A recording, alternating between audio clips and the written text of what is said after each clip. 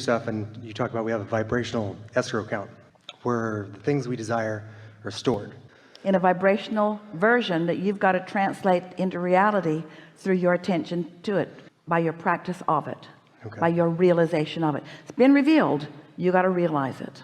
So in the space of wanting to get in the vibration, feeling it now, but also noticing the absence of it, what I've been doing is imagining myself flying out of my body and going to a time in the future when the thing, the desire, the accomplishment has been realized, and then bringing in that vibrational energy from that moment. Good process. Into the now. Yeah, we can see how that could work for you if you're able to go there.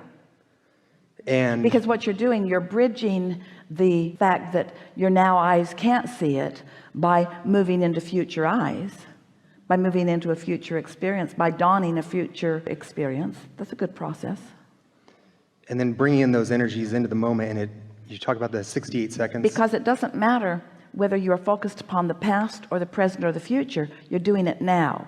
So as you are envisioning something that you want, you are activating it in your now, which is now bringing it to your now.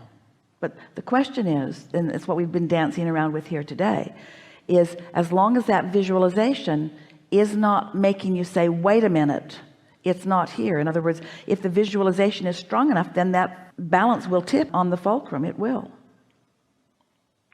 So bringing those energies in the moment and then bringing it in now, it creates like this sweet spot for me vibrationally. See, we want to say something to you that by the time you're doing that, what's happened is you've already achieved close enough proximity to your vortex that you're already beginning to translate it.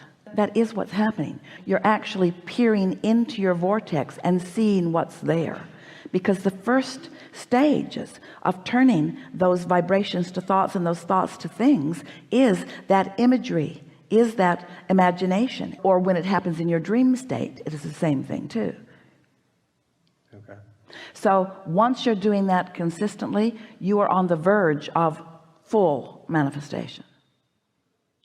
So the next step would be consistency between the steps. And the consistency comes with the enjoying it. I'm enjoying the pleasure of these thoughts rather than I'm doing this to make something happen. Because when you're doing it to make it happen, what hasn't happened gets a little foothold. If you're doing it for the pleasure, then there's no resistance. There's no downside to that. So that's where imagery comes in, just for the pleasure. Sitting and contemplating pleasurable thoughts is the most productive thing that you could do.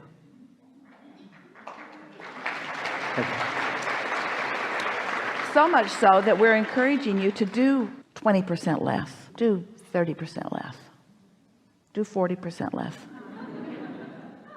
do half of what you're usually doing, do 60% less, do 70% of what you usually do, and contemplate 70% more than you usually do, and watch how it flips. Reality will get you. What is all that action and all that reality is the basis of the resistance that you keep throwing on your trail. Now we know you're arguing for your limitations. We will call each of your employers and explain. You're going to find them a lot less active in the days coming up, but way more productive. They're going to be less active and way happier. And your employer might say, I don't really care so much about their happiness.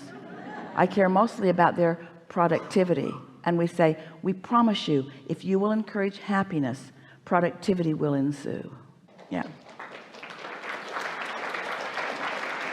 So in my life, I've been